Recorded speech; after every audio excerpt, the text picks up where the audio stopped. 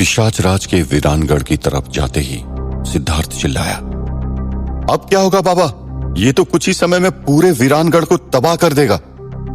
बूढ़े बाबा ने कहा, उससे पहले हमें वो वस्तु ढूंढना होगा जिसमें उसकी जान छिपी है। इसके पहले कि सिद्धार्थ कुछ बोला, बाकी के पिशाचों ने बूढ़े बाबा पर हमला बोल दिया। तब बूढ़े बाबा ने उन अच्छे पिशाचों के द्वारा दिए गए उस गोली को 3 बार दबाया और वो गोली भाले में परिवर्तित हो गई और उस भाले को जोरों से घुमाते हुए उन पिशाचों का सामना करने लगे। उसी वक्त वो 3 अच्छे पिशाच जो अदृश्य हो गए थे वो फिर से प्रकट हुए और प्रकट होते ही सिद्धार्थ और गौरी को छुड़वाया। सिद्धार्थ ने उन 3 पिशाचों से कहा, आप वहां जाओ और गांव की रक्षा करो। तब पिशाचों ने कहा, हम पिशाच राज का सामना करने में असमर्थ हैं, फिर भी हम कोशिश अवश्य करेंगे। ये कहते ही 2 पिशाच गांव की ओर गए और एक वहां उनकी मदद के लिए रुक गया। तब वहां के दूसरे पिशाचों ने सिद्धार्थ और गौरी पर हमला बोल दिया। उसी वक्त सिद्धार्थ ने अपनी चंद्रविज तलवार निकाली और टूट पड़ा उन पिशाचों पर। गौरी अपने चाकू और खंजरों से इन पिशाचों का सामना करने लगी। चंद्रविज तलवार के लगते ही पिशाच एक के बाद एक खत्म होने लगे। बूढ़े बाबा अपने भाले से पिशाचों को मौत के घाट उतार रहे थे और गौरी अपनी तेज गति से पिशाचों पर खंजर और चाकू से उन्हें मारती रही। बूढ़े बाबा ने कहा, वक्त नहीं है सिद्धार्थ, जल्दी से जो जो वस्तु दिखे उन सबको नष्ट करना शुरू करो। ये कहते ही बूढ़े बाबा ने वहां उपस्थित उस अच्छे पिशाच को इशारा किया और उस पिशाच ने अपनी माया से ऐसा भ्रम फैलाया कि सारे पिशाच देखते देखते सो गए। तब उस पिशाच ने कहा, यह माया ज्यादा वक्त तक नहीं रहेगी, कुछ ही समय में इसका असर खत्म हो जाएगा। आपको जो करना है वो जल्दी करना पड़ेगा। वहां गांव में पिशाच राज का आगमन हुआ। उसके आते ही वातावरण ने अपना रुख पलटा और चारों तरफ अंधेरा छाने लगा। तेज हवाएं चलने लगी। मोतीबाई को ये देखकर एहसास हो गया कि पिशाच राज आसपास ही था। उनका मन बैठा जाने लगा। उन्हें भी ये पता था कि वो मंत्र तंत्र यंत्र जिससे आम पिशाचों पर काबू पाया गया था वो पिशाच राज पर व्यर्थ थे। उन्हें पता था कि गांव पर बहुत बड़ा खतरा मंडरा रहा था। उनको कुछ करना ही था। मोतीबाई उस बड़े घड़े के पास गई जिनमें उन्होंने सैकड़ों पिशाचों को कैद किया था। वहां जाकर उन्होंने बाईसा के पास से सीखे हुए कुछ मंत्र का जाप किया और अपने हाथ उस घड़े में रखे और अपनी ऊर्जा उस घड़े में प्रवाहित करनी शुरू की। वहां पिशाचराज ने गांव के बीचों बीच अपना आसन जमाया और जोरों से कहा, कुछ ही समय में इस गांव में नरसंहार होने वाला है। ये गांव जलकर राख होने वाला है। जो अपनी सुरक्षा चाहते हैं वो मेरी शरण में आ जाए। मैं उन्हें अब भी दान दूंगा और मेरे आयाम में हमेशा के लिए स्थान भी दूंगा। और जो मेरी शरण स्वीकार नहीं करेगा उसके लिए मैं जिम्मेदार नहीं रहूंगा। कोई अपने घरों से बाहर नहीं आया। पिशाचराज ने कहा, मैं 10 से 0 तक की उल्टी गिनती करूंगा। 0 के बाद नरसंहार ही होगा। पिशाचराज ने उल्टी गिनती गिनना शुरू किया। 10, 9, 8, 7, 6। तब तक मोतीबाई अपने घर से वो घड़ा खींचते बाहर निकली और उस घड़े को घसीटते घसीटते गांव के बीचों बीच लेकर आई जहां पिशाचराज बैठा था। पिशाचराज उसे देखकर भी उल्टी गिनती गिनता रहा। 5, 4, 3, 2, 1, 0 और जोरों से हंसने लगा। केवल एक, लगता है कि मुझे आज गुलाम मिले न मिले लेकिन ढेर सारा भोजन मिल गया। अब पूरे गांव को अपना निवाला बनाऊंगा और तुम मेरी शरण में आई हो, सियानी हो, स्वागत है तुम्हारा। पिशाचराज की बात को बीच में काटते हुए मोतीबाई ने कहा, शरण वरण में ना आईसू थारे, तन्ने एक तोहफा देने वास्ते आईसू। जे देख। मोतीबाई ने पिशाचराज को वो घड़ा दिखाया। उस घड़े को देखकर पिशाचराज को समझ नहीं आया। उसने मोतीबाई से कहा, क्या है इसमें? तब मोतीबाई ने कहा, थारी मृत्यु से। ये कहते ही मोतीबाई ने उस घड़े का ढक्कन खोला और उसमें से सैकड़ों पिशाच निकलकर पिशाच राज पर टूट पड़े। मोतीबाई ने उन पिशाचों को अपनी शक्ति से भ्रमित कर दिया था। यह पिशाच अपनी सारी शक्तियों के साथ पिशाच राज पर एक साथ हमला करने लगे। पिशाच राज कुछ समझे उससे पहले उसी के सारे सैनिक उसी पर टूट पड़े थे। यह पिशाच राज को काटने लगे और सारे अस्त्रों से मारने लगे। कुछ देर पिशाच राज खुद को संभाल ही नहीं पाया और इनके वार को सहता रहा। पिशाच राज के ऊपर सैकड़ों पिशाच ऐसे चढ़ गए थे जैसे गुड़ के टुकड़े पर चींटियां। पिशाच राज चाहकर भी कुछ नहीं कर पा रहा था। मोतीबाई ने इसी का फायदा उठाकर अपनी शक्ति से पिशाच राज और गांव के घरों के बीच में एक मायावी दीवार खड़ी कर दी और सब गांव वालों को गांव खाली करने को कह दिया। सारे गांव वाले अपने घरों से तेजी से बाहर निकले और बिना किसी सामान के सिर्फ अपने मवेशियों को लेकर गांव से भागने लगे। मोतीबाई जानती थी कि कुछ ही समय में पिशाच राज इससे भी खुद को छुड़वा लेगा और फिर से गांव पर हमला कर देगा, इसलिए गांव को खाली करवाना जरूरी था। वहां हवेली में पिशाच राज के प्राण जिस वस्तु में स्थापित थे उसे ढूंढने के लिए सिद्धार्थ यहां वहां तलाश करने लगा। तब गौरी ने कहा, ऐसे तो पूरा दिन निकल जाएगा सिद्धार्थ, फिर भी नहीं मिलेगा, क्योंकि पिशाच राज ने अपने प्राण किसमें छुपाए हैं वो हमें कैसे पता चलेगा।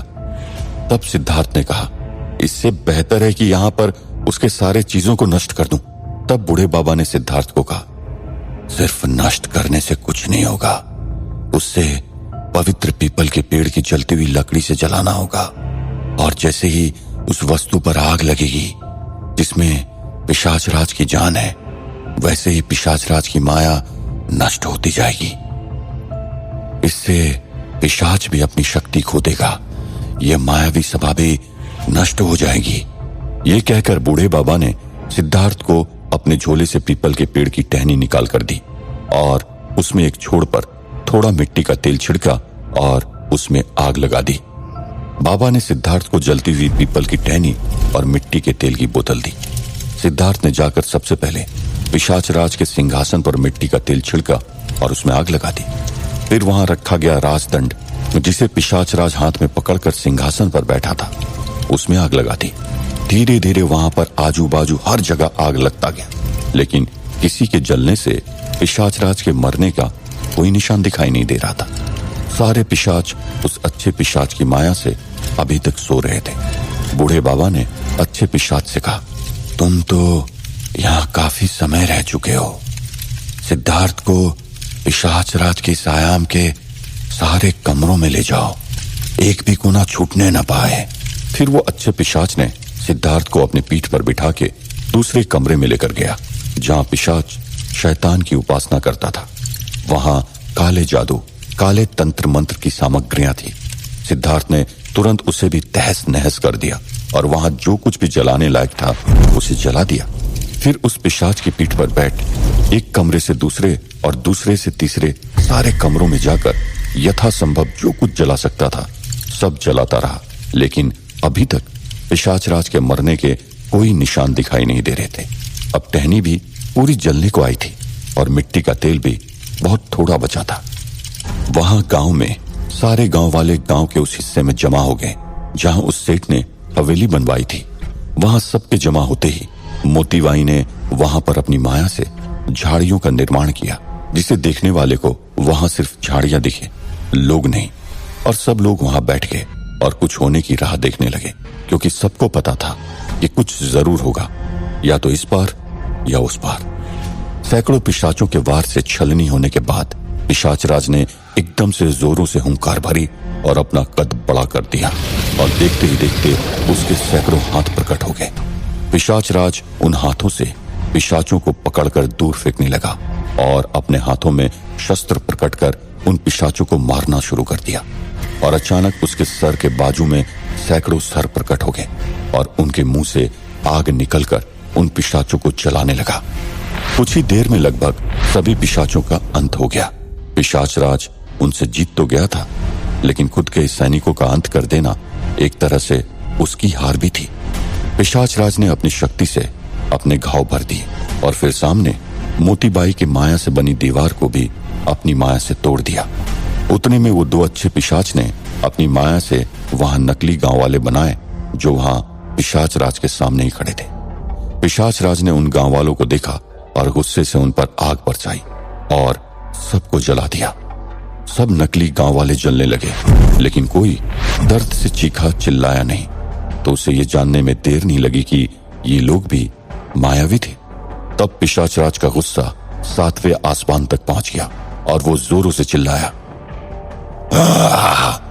बहुत नरमी बरत ली तुम गांव वालों से, अब संसार मेरा प्रचंड प्रकोप देखेगा।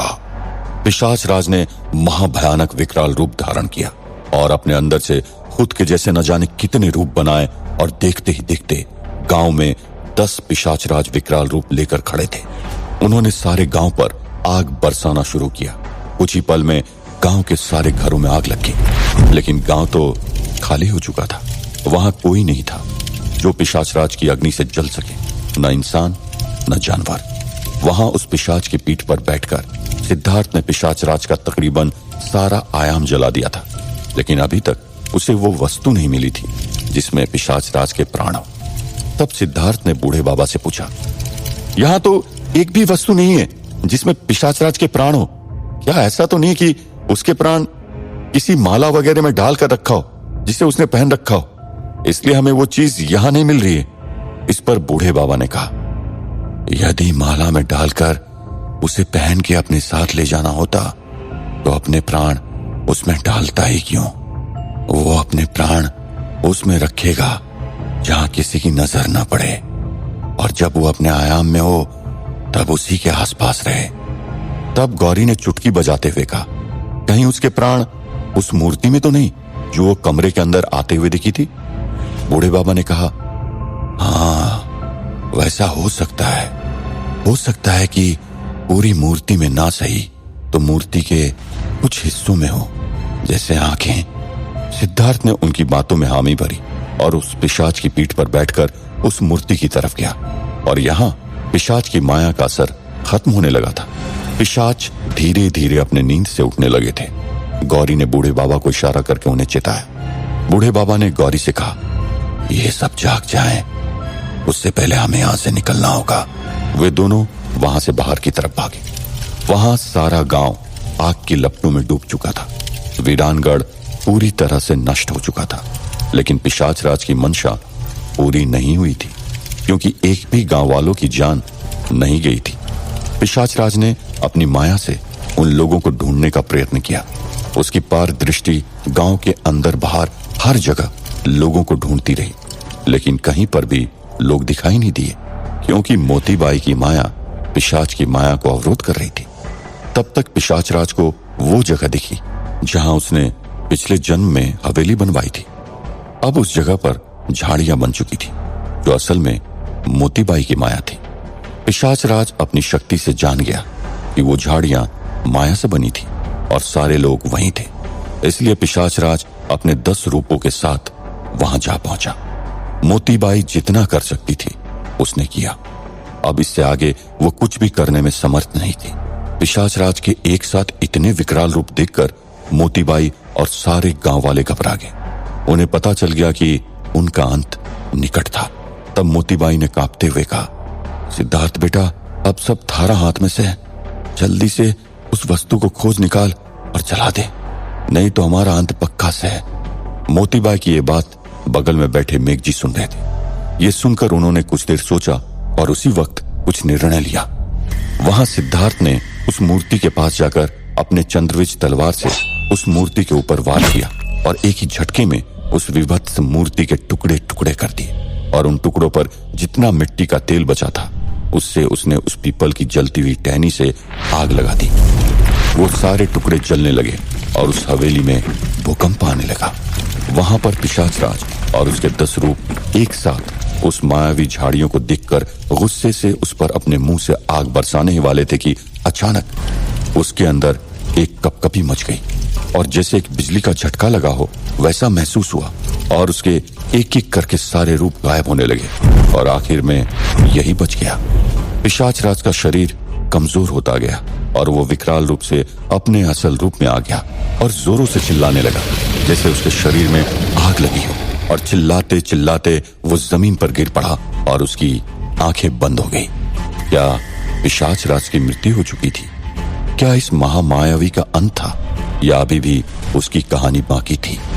क्या होगा अगर पिशाच राज करदम्ब फिर से जाग उठा तो? जानने के लिए सुनते रहिए वीरानगढ़, ओनली ऑन पॉकेट FM।